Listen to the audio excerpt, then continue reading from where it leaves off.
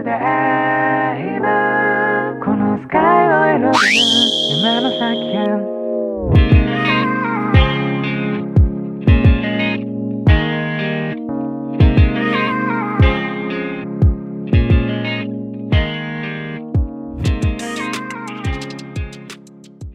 Okay. Good day everyone. Welcome to our virtual talk show. Today, we will discuss the social issues arising from globalization of region. My name is Carl at kasama ko ngayon ang ating guest para sa isang makabuluhang discussion. Let's start by introducing everyone. Hi. Hi. I'm Rexin. I'm excited to explore the social impacts of globalization on religion. Hello. I'm EJ, and it's important to understand how globalization affects religious communities. Hi. I'm Owen. Let's delve into both positive and negative social issues related to this topic. Hi, I'm King. So, we'll be talking about challenges and benefits brought by globalization and religious practices. Hi everyone, thank you for having me today. I'm John Edmondino Noble. I'm excited to hear everyone's insight and share my own thoughts. Okay, thank you everyone. Let's dive into our discussion. First, Rixine, can you tell us about the social issues that have been emerged due to globalization of religion? Sure, Carl. One major issue is the erosion of local cultures and traditions because of globalization of religion nga, no? And because global religious practices are introduced sa ating mga Pilipino and sa mga IP groups natin dito sa Palawan or sa buong Pilipinas. They can overshadow indigenous beliefs and customs, leading to a loss of cultural identity. Katulad nga sa pinag-aralan namin sa Palawan Study, yung mga Palauan, which is the most yung kanilang economy ay lumago and ang kanilang culture ay napalawak because nga nag-asawa sila ng tagalabas or taga-ibang tribo. Yung even though na maganda yon, may positive way doon, pero meron ding negative impact sa kanilang cultural identity dahil nga nasa labas na sila ng kanilang tahanan, hindi na nila na preserve ang kanilang cultural identity, and yung kanilang mga practices ay nawawala na. So yun yung negative effect ng globalization of religion. Yes. That's a significant point, Christine. EJ, how about globalization affect religion communities in a positive way? Do you know some answers or any opinions that you would like to share? Thank you for that question, Carl. One positive effect is the promotion of religious tolerance and understanding. Through globalization, people are exposed to diverse religious practices and beliefs, which can foster mutual respect and reduce religious conflicts. Yes. Drew King, can you share more challenges faced by religious communities due to globalization? And any thoughts that you wanted to share with us? Absolutely. One challenge is a rise of a religion fundamentalism as a reaction to globalization.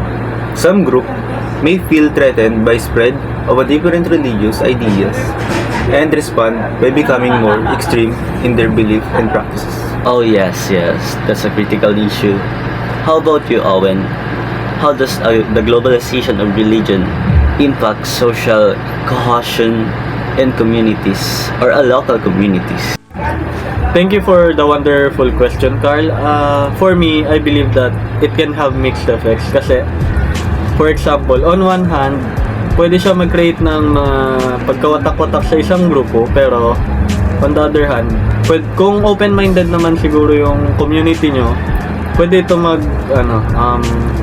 pwede kayo ma-bring together through shared beliefs, and pwede rin kayo magkaroon ng global religious movements and magkaroon ng faith activities, mga ganung bagay.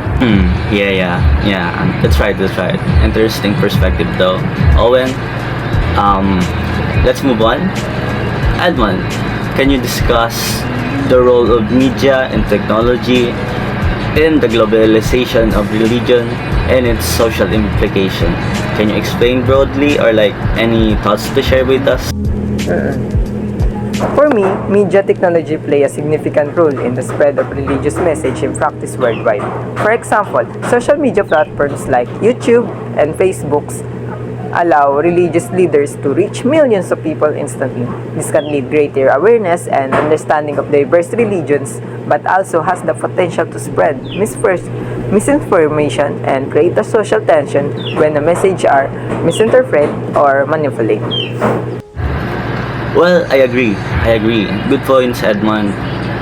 To wrap up, let's each give a final thought on how can we address the social issue arising from globalization of religion.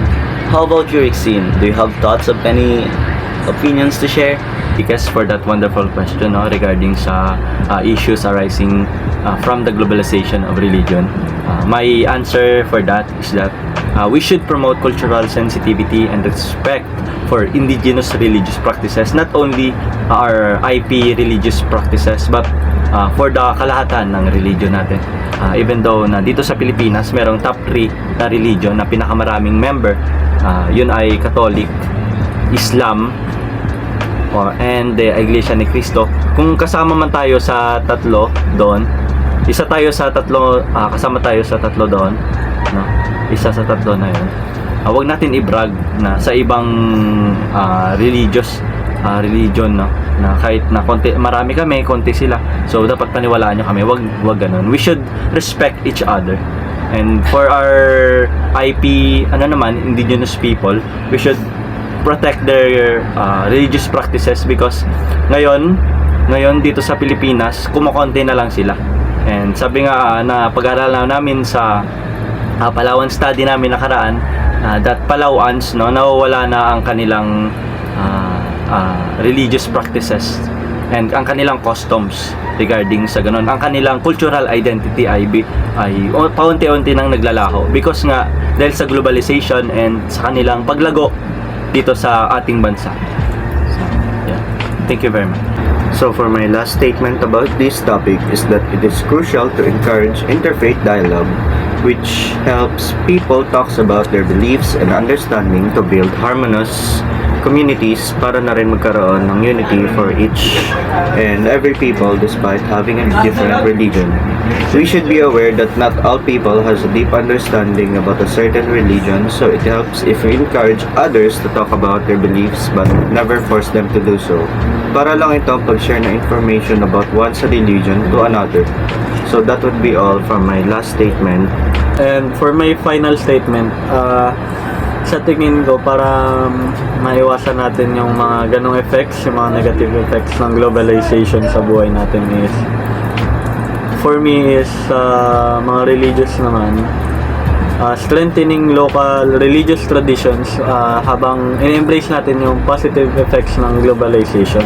Pwede naman tayo maging open-minded about sa mga bagay na nangyayari ngayon kasi dahil sa media and everything, hindi na maiwasan yung pag-merge ng mga ideas about other religions and stuff. Kaya sa tingin ko mas okay na lang maging open-minded tayo at iwasan na lang yung mga negative aspect and embrace the positive aspect ng mga ng globalization. And so finally, thank you everyone for your insightful contributions. That concludes our talk show for today. We hope you enjoyed our discussion on social issues arising from globalization of religion. Maraming salamat po sa inyong lahat at mag-ingat po kayo. Thank you for watching. Bye-bye!